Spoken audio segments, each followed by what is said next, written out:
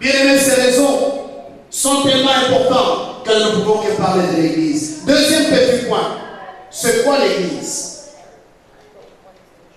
Qui est le chef de l'Église? Qui sont les membres de l'Église?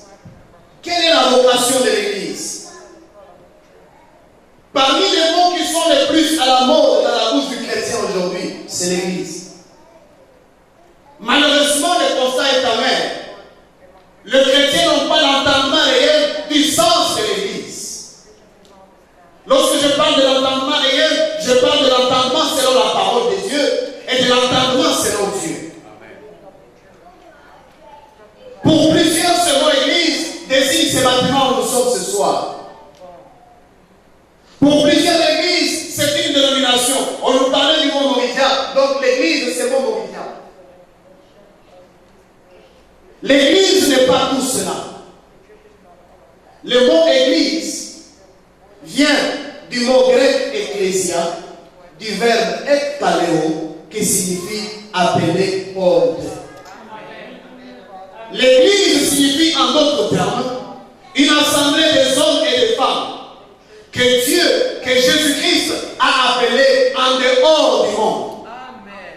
Il s'agit des hommes et des femmes que Dieu a séparés de la belle manière de vivre. Il s'agit des hommes et des femmes qui ont dit à Jésus, nous te recevons comme notre Seigneur et Sauveur, et nous refusons de vivre selon le monde, mais nous voulons vivre selon ton royaume. Dans le texte que nous venons de lire, Matthieu 16, le verset 18e, dans ce dialogue entre Jésus-Christ et Pierre, Jésus dit, tu es Pierre, et sur cette pierre, je bâtirai mon église. Avant de continuer dans la définition de l'église, je vais ouvrir une parenthèse pour parler du fondement de l'église, parce qu'il y a beaucoup de confusion. Le fondement de l'église n'est pas la personne de Pierre. Jésus ne voulait pas dire dans ce passage qu'un individu Pierre, c'est sur toi que j'ai bâti mon église. D'ailleurs, laissez-moi vous rappeler, lorsque nous lisons dans le livre de Jean, au chapitre 1er, à partir du verset 42e, Pierre ne s'appelait pas Pierre. Lorsque Jésus l'a appelé, il s'appelait Simon Ber Jonas, Simon fils de Jonas. Lorsqu'il le rencontre, parce que notre Dieu, quand il le rencontre, il change le cours de l'histoire de ta vie. Il dit à Jonas et il dit à Simon, désormais tu ne t'appelleras plus Simon, tu vas t'appeler Céphas, ce qui signifie Pierre, et en grec Pétros. Notre Dieu est fantastique. Il fait des choses, il savait déjà que ce jour, cet entretien allait arriver entre lui et Pierre. Tu vas t'appeler Pierre, c'est-à-dire Céphas, c'est-à-dire Pétros. Et lorsque vous cherchez la définition de Pétros en grec, c'est une petite pierre, c'est un petit rocher, c'est un caillou. Pierre ne peut donc pas être le fondement de l'église. Et il y a plusieurs preuves dans la parole de Dieu. Si nous allons dans l'Ancien Testament, le roc désigne Dieu. Si vous lisez dans Psaume 18, 2, Psaume 18 de la Bible déclare, Éternel, mon rocher est mon lieu fort, et c'est lui qui me délivre. Mon Dieu, mon rocher, en qui je me confie.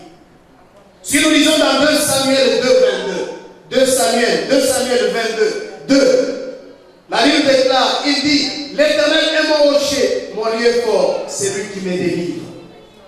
Plusieurs passages dans le Nouveau Testament démontrent que le roc, c'est Dieu. On ne peut donc pas appliquer les symboles du roc sur lesquels est bâtie l'église sur la personne de Pierre qui n'est qu'un individu. Lorsque nous lisons dans Ésaïe 40, à partir du 6e verset, la Bible déclare, toute chair est comme l'herbe et tout éclat comme la fleur des champs. L'herbe sèche et tombe quand le vent de l'Éternel souffle dessus. La chair humaine que représente Pierre ne peut en rien être le roc sur lequel Dieu peut bâtir son église. Pourquoi je le dis? Parce que les qualités du roc, c'est la stabilité. Les qualités du roc, c'est l'inamovibilité. Les qualités du roc, c'est l'éternité, c'est la solidité. Alors que ce passage nous dit que la vie d'un homme, c'est comme de l'herbe qui passe. Si nous allons dans le Nouveau Testament, l'Europe désigne Jésus-Christ. 1 Corinthiens 10,4 nous dit, et que tous, ils ont mis la même breuvage spirituel, car ils buvaient d'un rocher spirituel qui les suivait, et ce rocher était Christ. Romains 9,33, il est écrit, voici je mets en Sion une pierre d'achoppement et un rocher de chute, et celui qui croit en lui ne sera pas confus. Bien-aimé, ces textes, dans l'Ancien comme le Nouveau Testament, démontrent que l'Europe dont Jésus-Christ parlait dans sa déclaration n'est pas la personne de Pierre, mais il s'agit de Dieu, il s'agit de Jésus-Christ. Si nous pouvons relire le passage de Jésus-Christ, il va donc dire que tu es Pétre, tu es Pétros, et que sur ce Pétre, je bâtirai mon église. Tu es ce petit caillou, mais sur ce roc de quelle résistance, c'est sur ce roc que je bâtirai mon église. Bien-aimé, dans la Bible, il est démontré qu'un rocher peut tirer son origine d'un autre rocher. Parce qu'un arbre n'engendre que la même nature. Un homme ne peut pas engendrer l'animal. Un oranger ne peut pas donner naissance aux fruits des pommiers. N'est-ce pas? Deutéronome 32,18 déclare, tu as oublié le rocher qui t'a engendré. Et tu as mis en oubli les dieux qui t'ont enfanté. Une pierre peut engendrer une autre pierre. Le roc sur lequel l'église est bâtie n'est pas la personne de Pierre, mais c'est le grand Pétre, le roc Jésus-Christ de Nazareth. Est-ce que vous pouvez acclamer le Seigneur?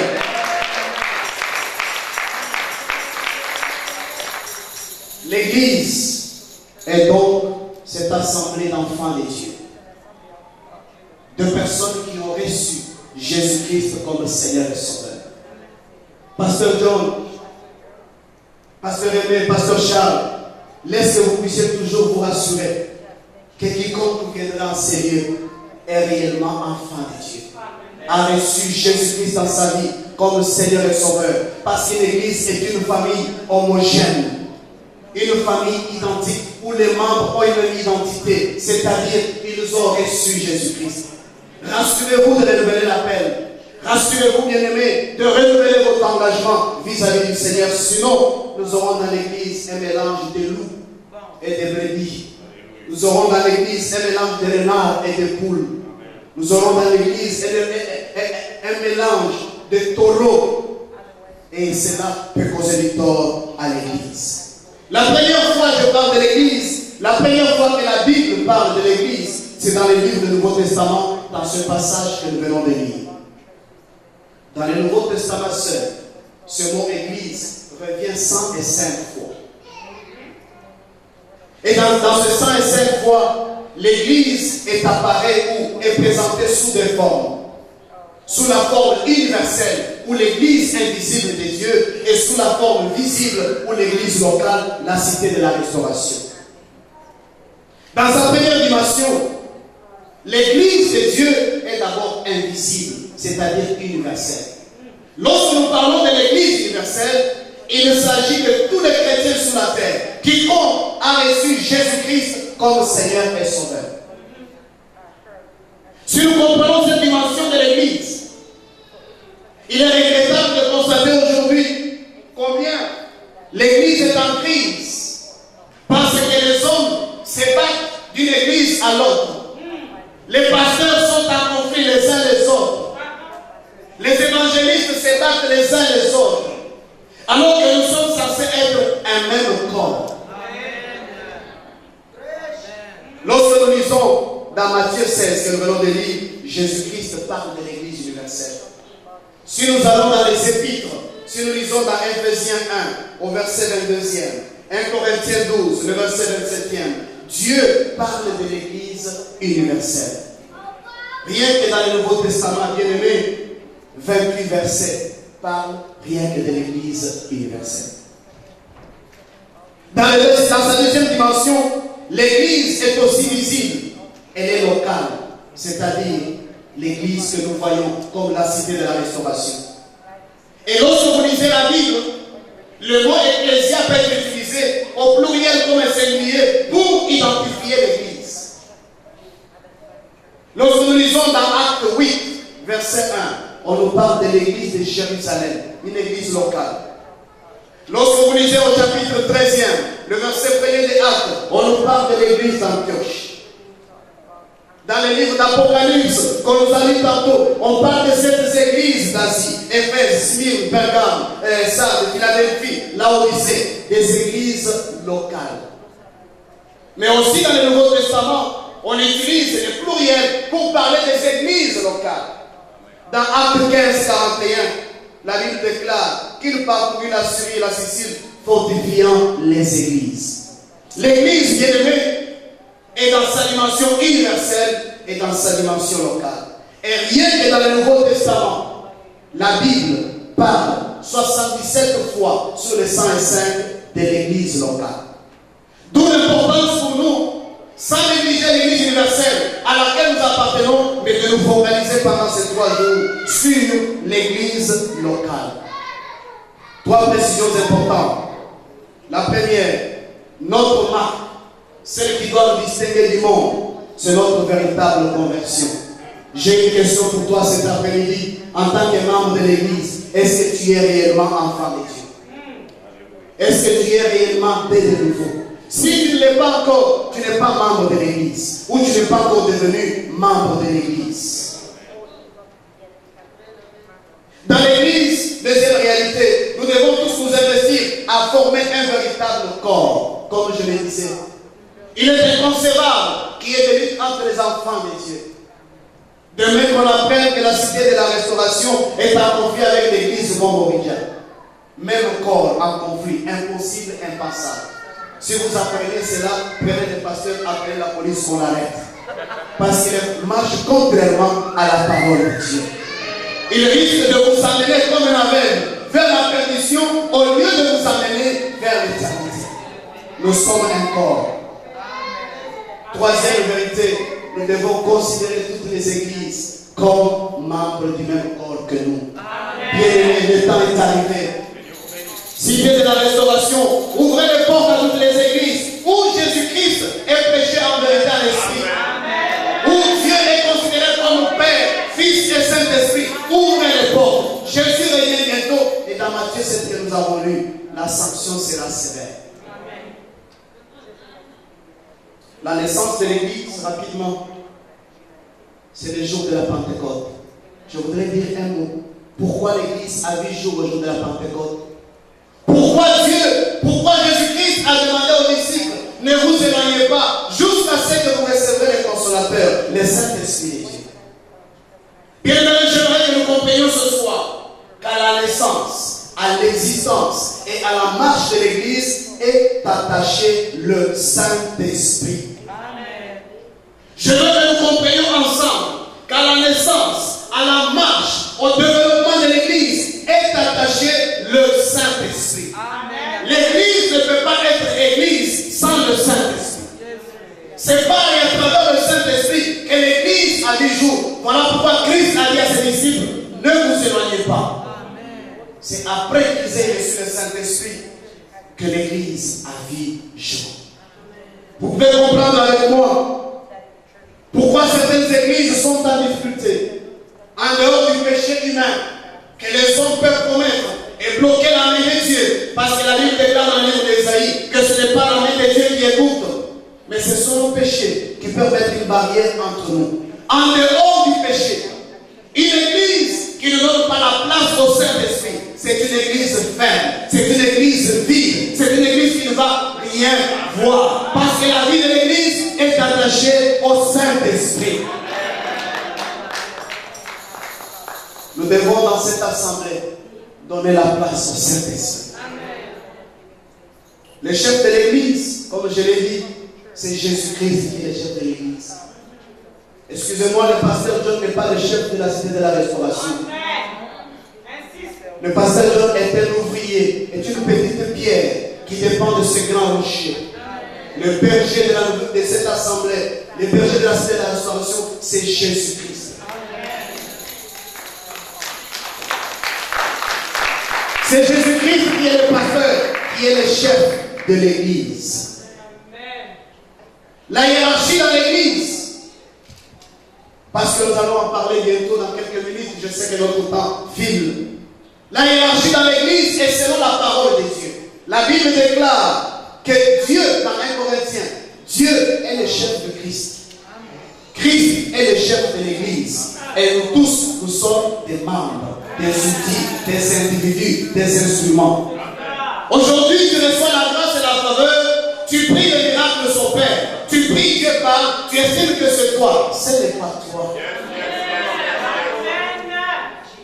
Cela veut dire que tout ce qui est fait, tout ce qui est décidé, tout ce qui est conçu dans cette église doit être fait selon la volonté et l'intérêt de Dieu. Bâtir selon le modèle de Dieu. Une église selon le modèle de Dieu, c'est une église qui est bâtie par Dieu, selon Dieu et pour Dieu. Que tous nous allons concevoir dans ces lieux, que nous nous posions la question, est-ce que c'est la volonté de Dieu? Est-ce que c'est pour l'intérêt de Dieu? La Bible déclare dans 1 Corinthiens 10, 31, un texte que j'aime beaucoup. Tout ce que vous faites, 1 Corinthiens 10, 31, cela s'applique à l'église, cela s'applique à ta vie. 1 Corinthiens 10, 31, tout ce que vous faites, faites-le pour la gloire de Dieu. La vocation de l'église, rapidement avant de terminer. L'église a une triple vocation. Le travail de l'église.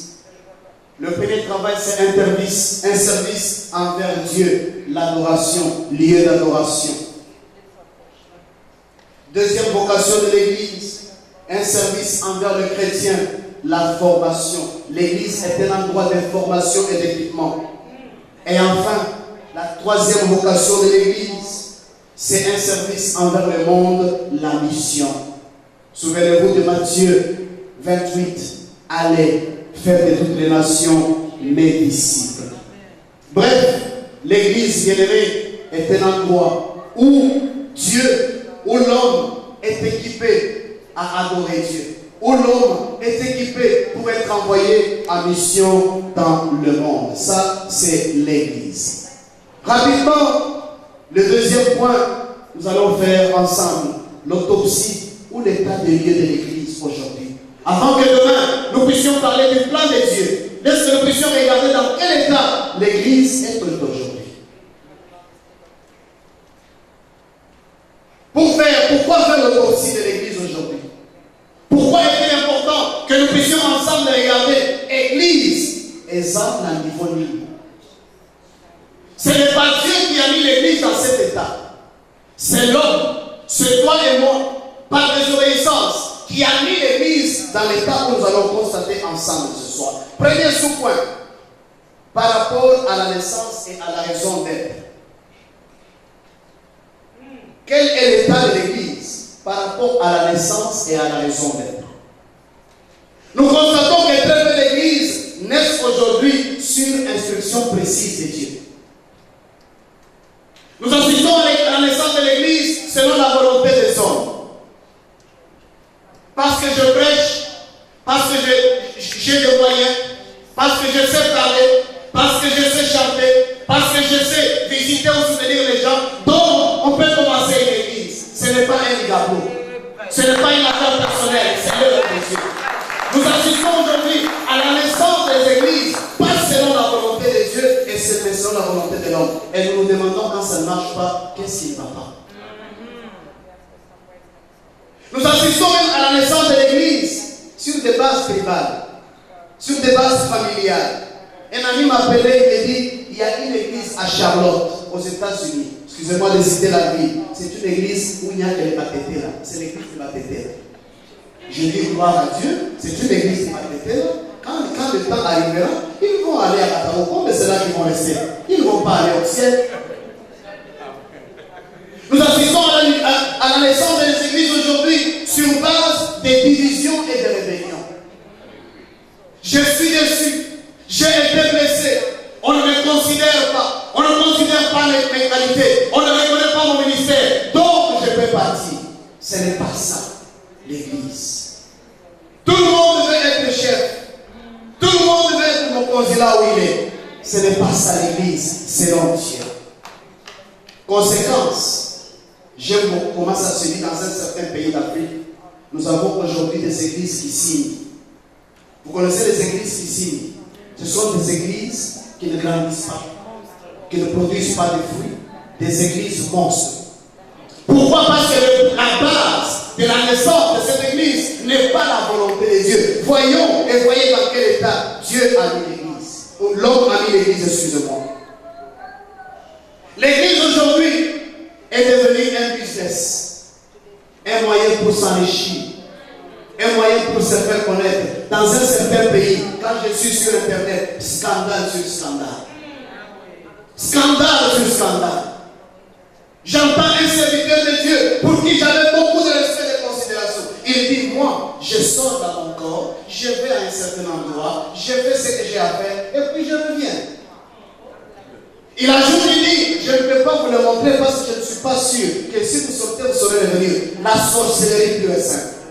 Mais demain, vous voyez les membres de cette église défendre leur père, leur pasteur. Il dit, ça c'est la révélation. Quelle révélation? L'église est devenue un outil personnel. Rapidement, par rapport à la vision, dans quel état l'église se trouve aujourd'hui? Proverbe 29, 18 que nous avons lu, la Bible déclare que quand il n'y a pas de vision, le peuple est sans fin. La vision est indispensable. Tel que tu as la vision pour ta vie, tel que tu as une vision pour ta famille, tel l'église à sa naissance doit demeurer, doit avoir une vision. Très souvent, il y a une confusion entre la mission et la vision. L'église n'a qu'une seule mission, c'est gagner les âmes. Matthieu 28, gagner les âmes. La vision, c'est la manière spécifique dont une église va accomplir cette mission. La voie par laquelle l'église va passer pour accomplir cette mission. Pour cette église, c'est à travers la restauration que vous allez gagner les âmes au Seigneur, que vous allez sauver les âmes, que vous allez conduire les âmes au Seigneur. Nous assistons aujourd'hui à la naissance des églises sans aucune vision. Commençons seulement. Il n'y a pas d'église dans ces coins, commençons seulement. Je sais bien parler, commençons seulement. On ne peut pas commencer seulement, ce n'est pas une œuvre humaine, c'est l'œuvre de Dieu. L'église doit avoir une vision. Attention à la polyvalence. Vous risquez de toucher à tout et de toucher à rien. Une église doit avoir une vision claire. En ces lieux, je vais dire l'éternel, c'est la cité de la restauration. Lorsqu'on avait posé la question au pasteur John, quelle est la vision? Il dit, nous, c'est la restauration. Claire et précis. Aujourd'hui, nous assistons à la naissance des églises. Si vous demandez au pasteur, quelle est votre vision? Vous demandez au